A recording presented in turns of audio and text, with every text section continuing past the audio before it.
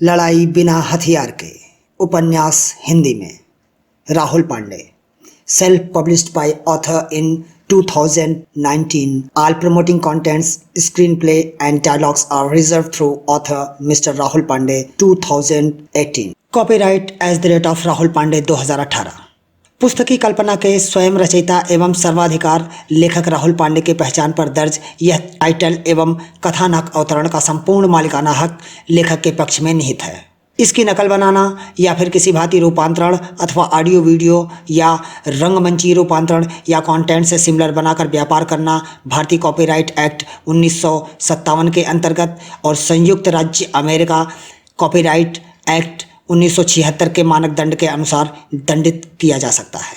All promoting contents screenplay and dialogues are reserve through author mister Rahul Pandey 2018। दृश्यांक 36 भारतीय लोगों के द्वारा देश के कई एयरपोर्ट का घेराव व पलटवार करने की तैयारी। जनवरी 2027 आज दूसरा दिन था जब तकरीबन 20 लाख लोगों ने दिल्ली के एयरपोर्ट को घेर रखा था। वो सब के सब एक ही जिद किए हुए थे कि वो देश को छोड़ना चाहते हैं। वजह यह थी कि देश के 5 बड़े बैंकों ने बहुत बड़े बड़े घोटाले किए थे जिनका खुलासा कल ही हुआ, और सोने पे सुहागा तो तब हुआ जब देश के 2 बड़े मंत्री इन घोटालों के खुलासे में सामने आए। जहां एक तरफ देश के हजारों किसान भूखमरी से अपनी जान दे रहे थे, वहीं देश के 5 बड़े बैंकों ने इतना बड़ा घोटाला किया था कि जिसकी जिम्मेदारी आरबीआई भी नहीं ले पा रही थी। और खास बात यह थी कि इन क्रमबद्ध तरीकों से किए जा रहे खुलासों में कहीं से कहीं तक भारतमाह का कोई हाथ नहीं था। कहीं पर सीबीआई का हाथ रहा तो कहीं पर न्यूज चैनल वालों का। इन सभी को कोई ना कोई कहीं ना कहीं से टिप मिली थी, लेकिन उनमें से किसी को भी यह नहीं पता था कि आखिर में यह टिप आई कहां से। खास पहलू यह था कि जिसने भी इस काले सच का विवरण उन तक पहुंचाया था, आखिर में वो था कौन, इसकी जानकारी उनमें से किसी के पास भी नहीं थी। किसी न्यूज चैनल ने कहा कि हमें इन घोटालों की सीडी डाक द्वारा भेजी गई, तो किसी ने अपने बयान में कहा कि इन घोटालों से संबंधित कागजात उन्हें किसी अजनबी ने एक चाय वाले के हाथ भिजवाए थे। वो अक्सर न्यूज कंपनी के ऑफिस में चाय देने जाया करता था। जबकि सीबीआई वालों ने यह कहते हुए अपना बयान लोगों के सामने रखा कि उनके पास एक अजनबी कॉल आई थी और एक ईमेल भी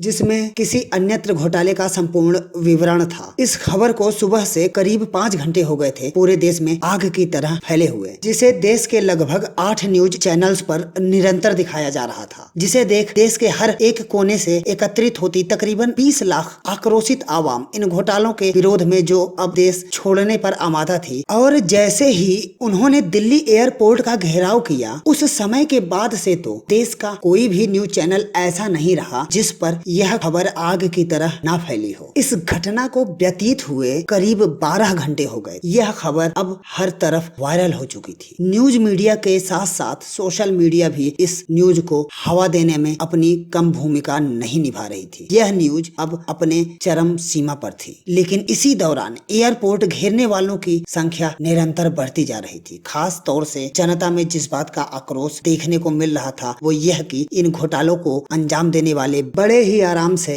देश भी छोड़ चुके थे और अपने आप को यूके यूएस जैसी कई सशक्त कंट्री में वेल सिक्योर्ड बना चुके थे, क्योंकि उनके पास इन्वेस्टर वीजा होने की वजह से उन्होंने उन देशों की नागरिकता भी बड़े ही आसानी से ले ली थी। अब उन्हें वहां से वापस लाना भी देश के लिए एक चुनौती थी। देश में चल रही अफरा तफरी व खबरों पर लगातार नजर बनाए हुए वे चारों दोस्त, जो कि मिस्टर शॉन के साथ लगातार लाइन पर व्यस्त थे, जबकि युग बीच बीच में पॉपकॉर्न का आनंद लिए जा रहा था। वहीं दूसरी तरफ अरमान और लक्ष्य ने अभी अभी पिज्जा का ऑर्डर दिया था। उन चारों ने अपने पूरे कमरे में कोल्ड ड्रिंक्स की बोतलें, पिज्जा, बर्गर के रैपर चारों तरफ कुछ इस कदर फैला रखे थे जैसे यहाँ रहने वाले प्राणी केवल उसी पर निर्भर हो। न्यूज चैनल बदलते बदलते अचानक युग की निगाह दैनिक भारत न्यूज चैनल पर पड़ी, क्योंकि उस न्यूज पर राष्ट्रपति जी के बारे में कुछ खास बताया जा रहा था। उनके कानों ने जैसे ही राष्ट्रपति जी के बारे में सुना, वो पुनः वापस उस चैनल पर आ गया और तभी उसने अपने दाहिने हाथ से उन तीनों को इशारा करते हुए थोड़ा शांत रहने को कहा, जबकि अभी भी वे आपस में मस्ती करते हुए कोलाहल मचा रहे थे। युग का इशारा पाते ही कुछ समय बाद वे तीनों अचानक से शांत हो गए और न्यूज की तरफ ध्यान से देखने लगे। उस न्यूज वक्ता ने खबर को पुनः दोहराते हुए कहा, अभी अभी हमें विश्वस्त सूत्रों से पता चला है कि राष्ट्रपति महोदय, जो कि कल अपने ऑस्ट्रेलिया दौरे पर जाने जाने वाले थे उन्हें प्रधानमंत्री महोदय के किसी विशेष कार्य की वजह से अपनी यात्रा को रद्द करना पड़ा। हालांकि अभी तक उन्होंने इस विषय में मात्र इतना ही खुलासा किया है। उस खबर को सुनते ही युग वहां से उठा और बेड के उस हिस्से की तरफ को मुड़ा जहां का लैपटॉप ऑन रखा हुआ था, जिसके माध्यम से वो पिछले 12 घंटों से लगातार मिस्टर सॉन से संपर्क बनाए हुए था। उसने देखा कि मिस्टर सॉन अभी भी प्राइवेट लाइन पर बने हुए हैं। उसने तुरंत उन्हें टेक्स्ट में लिखा, वो टूट चुके हैं। और हमें दैनिक भारत न्यूज चैनल वालों की तरफ से इशारा भी मिल चुका है कि राष्ट्रपति जी ने प्रधानमंत्री जी के सिर्फ एक बुलावे पर उन्होंने अपना ऑस्ट्रेलिया का दौरा छोड़ दिया, वो कोई खास वजह यही हो सकती है। युग के जवाब में मिस्टर सॉन ने भी लिखा, इस विषय में भी मुझे 2.5 मिनट पहले ही किसी अन्यत्र सूत्र से पता चला है। अब हमें दूसरा पासा फेंकने के लिए तैयार हो जाना चाहिए। मेरे इशारे की प्रतीक्षा करो और काम शुरू कर दो। अब मैं विश्राम करूंगा। जस्ट 2 घंटे बाद तुरंत पुनः संपर्क साधता। जवाब में युग ने लिखा, शुभ रात्रि। और इसके बाद वो अपने साथियों को संबोधित करते हुए और उनमें उत्साह बनाए रखने के लिए कहने लगा, चलो अब हम विजयी की दूसरी सीढ़ी चढ़ते हैं। अब हमारा लड़ना तो मात्र एक फर्ज अदायगी ही है। जीतना हमारा तय है, बस तारीख मुकर्रर होनी बाकी है। जीत तो हमारी निश्चित ही है और लाजमी, इसलिए कि बिना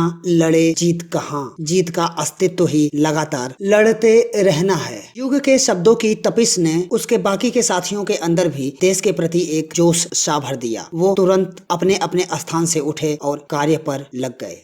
श्रोताओं से करबद्ध निवेदन है कि लेखक की कला निधानता, क्रियान्वता व उनके श्रम तथा प्रस्तुतिकरण को आपके समक्ष प्रस्तुत करने में की गई तकनीकी संगोष्ठी द्वारा परिश्रम को नजरअंदाज न करते हुए चलचित्र के बखान में अपनी सुझाव दें। वह सराहनीय कार्य का मूल्यांकन करते हुए उसे पसंद भी करें। उसी क्रम में सूचकांक के चिन्हित बटन को भी दबाएं। परिणामतः लेखक की प्रत्येक रचना समय दर समय क्रमबद्ध, सुव्यवस्थित एवं तार्किक ढंग से श्रोताओं तक पहुंचती रहेगी। अपनी उदारता दिखाएं। धन्यवाद।